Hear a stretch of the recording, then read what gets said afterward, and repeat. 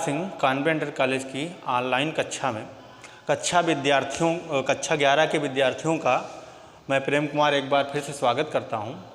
कक्षा 11 में जो हमारा टॉपिक चल रहा है सूरदास द्वारा लिखित जो पद्य हैं, जो गेय पद हैं, वो टॉपिक हमारा चल रहा है। इससे पहले आपने, अभी ये प्रारंभ है, इससे पहले आपने केवल सूरदास जी का जीवन परिचय पढ़ा है। तो इसमें आप देखेंगे और समझने का प्रयास करेंगे, ये जो अवधी भाषा होती है और जो ब्रज भाषा होती है, ये दोनों ही भाषाएं कहीं ना कहीं हमारी बोलचाल की भाषा के निकट होती हैं। हम जो बोलते हैं उसी के हिसाब से ये भाषाएं हैं। आपने देखा होगा कि देहात में बहुत कुछ ऐसे ऐसे शब्द बोल जाते हैं जो बोलने में चूँकि व्यवहारिक भाषा होती है तो बड़ा आसान लगता है और समझ में भी आ जाता है, क्योंकि अगला भी उस बात को समझता है कि आप क्या कहना चाह रहे हैं। लेकिन जब वही भाषा लिखित में आ जाती है, चूँकि आपने कभी भी उस भाषा को लिखा नहीं है, और जब वो लिखित में आ जाती है तब दिक्कत होती है, तब हमारे लिखित में सामने है तो नहीं समझ में आती कि ये लिखा क्या है, इसका मतलब क्या है। बहुत सारे शब्द हैं, जैसे हम कहना चाहें कि बैठ जाओ, तो आप कहेंगे, या हम देहाती भाषा में कहेंगे या अवधी भाषा में कहेंगे बैठ जाओ, है ना।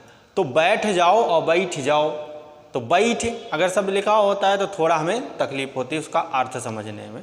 ऐसे खई हो कि नहीं, अब खई हो, हाँ, खाओगे, उसको खई हो, इस प्रकार के जब शब्द आपके सामने लिखे होते हैं तो आपको कठिनाई होने लगती है।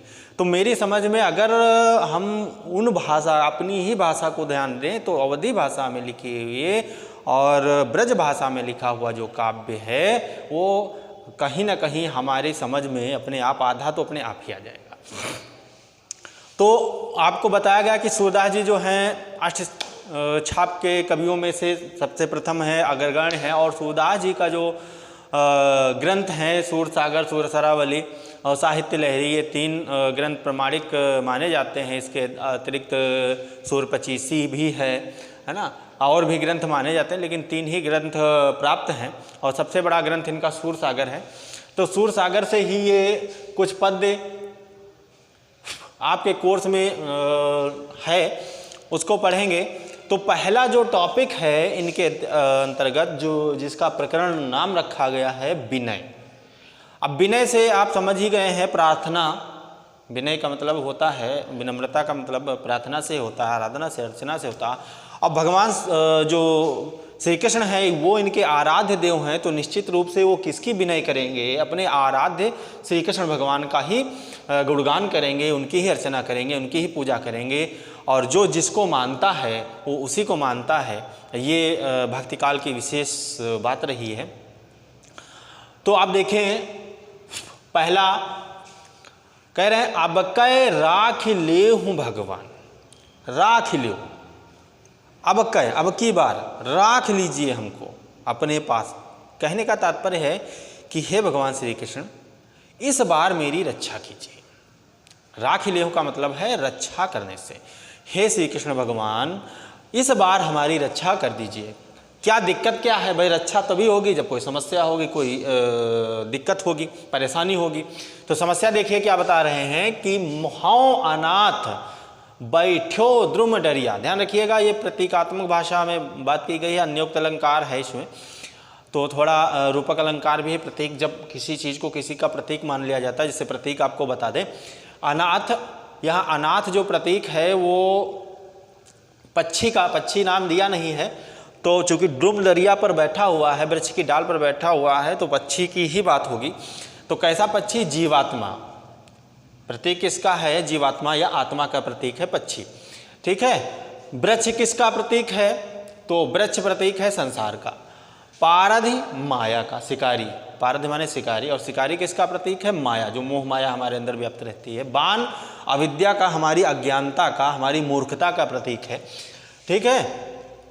सचान अहंकार, यानी बाज जो है अहंकार का प्रतीक है, ठीक। और प्रतीक बता देते हैं हम आपको, जो सर्प है, अहि, अहि माने सर्प, तो सर्प जो है ये ज्ञान का प्रतीक है। यहाँ सर्प जो है ज्ञान का प्रतीक है। और पराधि, पराधि ये आपको बता ही चुके माया का प्रतीक है। और संधान या बाण ये जो है अविद्या, हमारी अज्ञानता का प्रतीक है। तो इस चीज़ को आप थोड़ा ध्यान रखेंगे तो ये अर्थ बड़े अच्छी समझ में आ जाएगा। तो आप देखें अर्थ इसका, कह रहे हैं कि हे भगवान श्री कृष्ण अब कै राख लो, हे भगवान, हे श्री कृष्ण इस बार हमें राख लीजिए, इस बार हमारी रक्षा कर दीजिए। क्या दिक्कत है? कह रहे हैं कि हाँ अनाथ, पहले तो मैं अनाथ हूँ। कैसा अनाथ? जीवात्मा रूपी। मैं अनाथ जीवात्मा रूपी पक्षी, मैं अनाथ जीवात्मा रूपी पक्षी, द्रुम डरिया संसार रूपी वृक्ष की, डरिया माने डाल पर। आप देखिए, आप डाल नहीं कहते, आप डरिया, देहात में क्या कहते हैं? ई डरिया चढ़ जाओ, है ना? तो वही शब्द प्रयोग किया, डरिया। अब आपको दिक्कत हो रही है कि डरिया माने क्या? डरिया माने डाल, ठीक। तो मैं संसार रूपी वृक्ष, द्रुम माने वृक्ष, तो मैं संसार रूपी वृक्ष की डाल पर बैठा हूँ। मैं अनाथ जीवात्मा रूपी पक्षी संसार रूपी वृक्ष की डाल पर बैठा हूँ, और मुझे मारने के लिए पारधि साधे बाण, शिकारी ने बाण तान रखा। कौन सा शिकारी? माया रूपी। तो माया रूपी शिकारी ने मुझे मारने के लिए अपना अविद्या रूपी बाण तान रखा है, यानी ऊपर बैठा हुआ है, और उसको मारने के लिए जो माया रूपी शिकारी है उसने अपना अविद्या रूपी बाण तान रखा है और उस पर निशाना साध रखा है। तो एक बार फिर से इस लाइन का अर्थ बता देते हैं कि मैं जीवात्मा रूपी अनाथ पक्षी, या मैं अनाथ जीवात्मा रूपी पक्षी संसार रूपी वृक्ष की डाल पर बैठा हूँ, और मुझे मारने के लिए माया रूपी शिकारी ने अपना अविद्या रूपी बाण तान रखा है। ताके डर मैं भाज्यो चाहत, उसके डर से मैं उड़कर भाग जाना चाहता हूँ। भाई कोई मारने के लिए बैठेगा तो अगर देख रहा है कि ये मारने जा रहा है, कोई भी हो, है पक्षी है या कोई अन्य जीव जंतु है या हम लोग हैं, तो हम लोग अपनी जान बचाने का प्रयास करेंगे। तो वो कह रहा है पक्षी कि उसके डर से मैं भाज्यो चाहत, भाग जाना चाहता हूँ, उड़कर भाग जाना चाहता हूँ। ऊपर ढुक्यो सचान, लेकिन जब मैंने ऊपर देखा तो मुझे मारने के लिए अहंकार रूपी जो बाज पक्षी है वो मड़रा रहा है। नीचे क्या है? बैठा है। कौन मारना चाहता है? माया रूपी शिकारी अपने अविद्या रूपी बाण से मार देना चाहता है। लेकिन जब वो ऊपर उड़ जाना चाहता है कि मैं उड़ के भाग जाऊं, इससे बच जाऊं, तो देखा कि ऊपर अहंकार रूपी बाज पक्षी उसको पकड़ने के लिए, उसको मारने के लिए मड़रा रहा कि कब ये उड़े यहाँ से और कब इसको मैं अपने पंजों में दबोच लूँ। ठीक है, तो उसके डर से मैं भाग जाना चाहता हूँ, उड़कर भाग जाना चाहता हूँ, लेकिन मेरे ऊपर अहंकार रूपी बाज पक्षी मड़रा रहा है जो मुझे पकड़ने के लिए तत्पर है। और इस प्रकार कह रहा है कि दुहु भात, दुहु दोनों ही, भात दुख आन भयो, दुख आ पड़ा है मुझ पर, दोनों ही स्थितियां, बैठा रहूं, पहली स्थिति क्या है कि वृक्ष पर बैठा रहूं, तो माया रूपी जो शिकारी है वो अपना विद्या रूपी बाण चला देगा और मैं जीवात्मा रूपी पक्षी मर जाऊंगा, और अगर उड़ जाऊं तो अहंकार रूपी बाज पक्षी मुझे पकड़कर खा जाएगा। तो दोनों ही स्थितियां, दोनों ही दशाएं दुख अभयो आन, दुख आन पड़ा है, यानी दोनों ही स्थितियां मेरे लिए दुखद हैं। दोनों ही स्थितियों में मैं दुख का ही भागी हूँ, या मुझे दुख ही प्राप्त हो रहा है, मुझे कष्ट ही प्राप्त हो रहा है, मेरे बचने का कोई मार्ग नहीं है। कौन उबारे प्राण, अब ऐसी स्थिति में मेरे प्राणों को कौन बचा सकता है, क्योंकि आप जान गए कि बैठा रहेगा तो शिकारी मार देगा, उड़ेगा तो बाज मार देगा, तो दोनों ही स्थितियां मेरे लिए दुखद हैं, कष्टकारी हैं। अब ऐसी इन स्थितियों में मेरे प्राणों को कौन बचा सकता है। लेकिन देखिए, अब भक्ति भावना प्रदर्शित करते हुए कह रहे हैं कि सुमिरत ही, इतने में ही उस जीवात्मा रूपी पक्षी ने भगवान श्री कृष्ण का स्मरण किया, याद किया, भगवान श्री कृष्ण को याद किया। तो क्या हुआ? अहि डस्यो पराधि, बस भगवान श्री कृष्ण जो है खुश हो गए और प्रसन्न होकर उन्होंने सर्प भेज दिया। ठीक है, तो अहि डस्यो पराधि, जैसे ही जीवात्मा रूपी पक्षी ने भगवान श्री कृष्ण का स्मरण किया तो उसके स्मरण करते ही जो ज्ञान रूपी सर्प है उसने माया रूपी शिकारी को काट लिया। जो ज्ञान रूपी सर्प है उसने माया रूपी शिकारी को डस लिया, काट लिया। कर छूट्यो संधान, और आप जानते हैं जैसे पाँव में कुछ लग जाए तुरंत, जैसे कोई चुभन हो जाए या कोई काट खाए, तो जो भी चीज़ हमारे हाथ से वो अस्त व्यस्त हो जाती है। तो कर छूट्यो संधान। तो उस जैसे ही उस सर्प ज्ञान रूपी सर्प ने उस माया रूपी शिकारी को डस लिया तो क्या हुआ, कर छूट्यो संधान, उसके हाथ से जो उसने बाण तान रखा था उसके हाथ से वो बाण छूट गया। फिर क्या हुआ, सूरदास सर लग्यो सचाने, और वो जो अज्ञानता रूपी अविद्या रूपी बाण था वो उसके हाथ से, माया रूपी शिकारी के हाथ से छूट गया और वह जाकर के सचान ही अहंकार रूपी बाज पक्षी के सर में लग गया। वह जाकर सर में लग्यो, सर माने सिर में, कहाँ लगा, अहंकार रूपी बाज पक्षी। तो अहंकार रूपी बाज पक्षी के सर में जाकर के वो बाण लग गया। इस प्रकार नीचे पराधी यानी शिकारी भी मर गया और ऊपर उसी का छूटा हुआ बाण जाकर के सर में लग गया बाज पक्षी के, तो वो भी मर गया। तो दोनों ही स्थितियों से उस जीवात्मा रूपी पक्षी की बचत हो गई। और फिर जब कोई बच गया तो क्या करेगा, जय जय कृपा निदान। इस प्रकार वह जीवात्मा रूपी पक्षी भगवान श्री कृष्ण की जय जयकार करने लगा। तो ये इसका अर्थ है। तो इसमें केवल प्रतीकों को आपको अच्छी प्रकार से समझ लेना है। और अगर अलंकार की बात करें तो आपने देखा कि सब प्रतीक माने हैं जीवात्मा रूपी। जब भी अर्थ निकालने में रूपी शब्द आ जाए तो रूपक अलंकार होता है। तो यहाँ पूरे में रूपक अलंकार है। भाषा आप जानते हैं सूरदास जी ने सिर्फ एक ही भाषा का प्रयोग किया है और वो भाषा ब्रज भाषा है, ध्यान रखिएगा। और इन्होंने ज़्यादातर जो पद गाए थे श्रीनाथ जी के मंदिर में इन्होंने पद गाया था तो सारे पद गेय पद में ही लिखे हैं इन्होंने। लगभग सभी पदों को, कुछ दृष्टकूट पद लिखे हैं लगभग 118। इसके अतिरिक्त तो इन्होंने सब गेय पदों का प्रयोग किया है। तो पद क्या है, गेय पद। इसके नीचे प्रश्न 5 प्रश्न आते हैं और उन प्रश्नों में कोई भी प्रश्न आपसे पूछ सकता है। ये नहीं जरूरी कि जो इसमें दिया वही पूछे, आपसे अलंकार भी पूछ सकता है, आपसे छंद भी पूछ सकता है और आपसे रस भी पूछ सकता है। तो यहाँ भक्ति भावना प्रदर्शित हुई है इसलिए भक्ति रस का प्रयोग है। तो भक्ति रस है, गेय पद यानी छंद गेय है, पद है और रूपक अलंकार है। ठीक है, तो इतनी बात आप अच्छी प्रकार से समझ लें, जान लें। उम्मीद है कि इसका अर्थ आपकी समझ में आ गया होगा। आगे देखें, मेरो मन अनत कहाँ सुख पावे।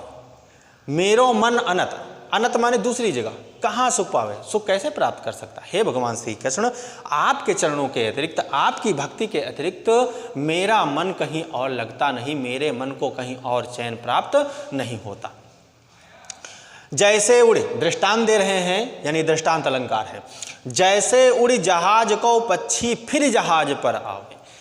उदाहरण दिया कि जैसे कोई जहाज पर, पानी का जहाज है और आप जानते हैं समुद्र अथाह होता है, जैसे उसमें कोई जहाज बीच में तैर रहा, उस पर किसी पक्षी ने घोंसला बना रखा है, लेकिन चूंकि पर्याप्त तो वहाँ खाना पानी नहीं होगा या कोई भी कारण हो, तो जैसे उस जहाज पर रहने वाला पक्षी अच्छे स्थान की खोज में उड़ जाता है और फिर जब चारों तरफ जल ही जल देखता है तो फिर वापस आकर फिर जहाज पर आवे, फिर वापस उसी जहाज पर लौट आता है। ठीक इसी प्रकार मैंने भी अन्य आश्रयों की खोज में, अन्य देवी देवताओं की बहुत आराधना की, लेकिन मैं फिर उसी जहाज पर यानी श्री कृष्ण भगवान के आपके चरणों में, आपकी शरण में फिर से वापस आ गया।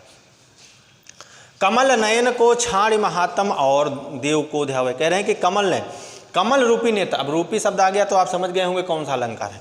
तो कमल रूपी नेत्रों वाले भगवान श्री कृष्ण के महात्म्य को छोड़ करके मैं अन्य देवी देवताओं को क्यों धाऊं, क्यों उनकी पूजा करूं, क्यों उनकी आराधना करूं, क्योंकि सब कुछ तो वो देने वाले हैं। तो एक ही, अगर आप भी जानते हैं अगर एक ही व्यक्ति से सारी चीज़ें मिल जाएं तो हम 10 व्यक्ति के पास नहीं जाएंगे। तो ही कहा कि कमल रूपी नेत्रों वाले भगवान श्री कृष्ण के महात्म्य को छोड़कर मैं अन्य देवी देवताओं की आराधना क्यों करूं, अर्थात मैं अन्य देवी देवताओं की आराधना नहीं करना चाहता। आगे फिर कह रहे हैं परम गंग को छाण पियासो दुर्मति कोप खनावे। कह रहे हैं कि परम गंग, परम पवित्र, ऐसा दुर्मत, दुर्मत माने दुर्बुद्धि, तो दुर्बुद्धि यानी जिसकी बुद्धिहीनता कह सकते हैं इसको।